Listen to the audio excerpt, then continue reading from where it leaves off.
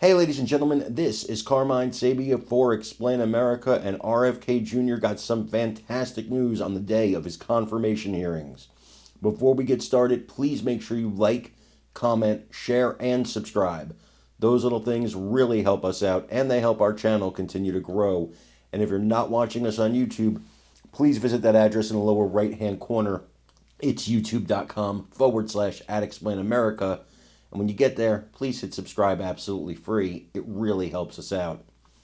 The Democrats put on an absolute clown show today.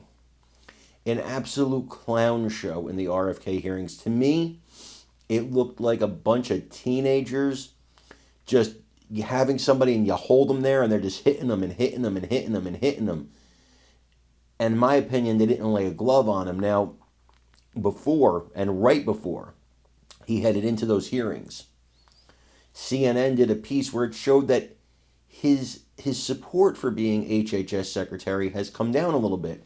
So why is that fantastic news, you ask? I'll tell you why. Because the odds of him being confirmed are still way over 70%. And I would submit to you that after today's hearing, after the ridiculous show that the Democrats put on, he's all but confirmed. Any Republican that was on the fence after seeing the garbage that the Democrats pulled today, they're going to be a yes vote. And that's the best news RFK Jr. could have hoped for. I do want you to watch this piece showing his support. It came down a little bit, and they're trying to make it a bigger deal than it is.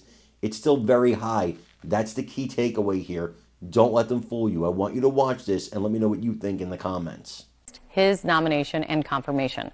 CNN's Harry Enton is here to take a look at the numbers of about his nomination, about his chances. What are you hearing? Yeah, what am I seeing? You know, we've looked at the betting markets a lot with these different nominations, right? And this is the chance that RFK Jr. gets confirmed as HHS secretary. And you see, at this particular point, it's 74%. It's still high, but, you know, there's a 25% or 26% chance that he doesn't get confirmed. This is not a gimme. This is not a shoo-in. You know, this is not like Kristi Noem, right, when she got confirmed. These are not the same numbers. And I'll note more than that, right, this is down. This is down from a week ago when it was 82%, when it was more than a 4 and 5 chance. Now we're down to a roughly 3 and 4 chance. So, yeah, RFK Jr. is the favorite to become the next HHS secretary, but it's not a foregone conclusion. A lot of it will depend on what happens during these confirmation hearings here today. And you do wonder if this also shows people starting to pay more attention. I think so. Right? I think people are starting to pay a little bit more attention. That honeymoon period that Trump had after, of course, he was sworn into the White House is kind of wearing a little bit down, and so maybe his picks get a little bit lower of a chance to, in fact, get confirmed. You think that this HHS confirmation is a little more unpredictable than others. Why? Why is it? Well, you know, I went back through history and I was interested, different parties, the HHS secretary and the president, since Health and Human Services became a department, there were zero. There have been zero pre-RFK Jr. If RFK Jr.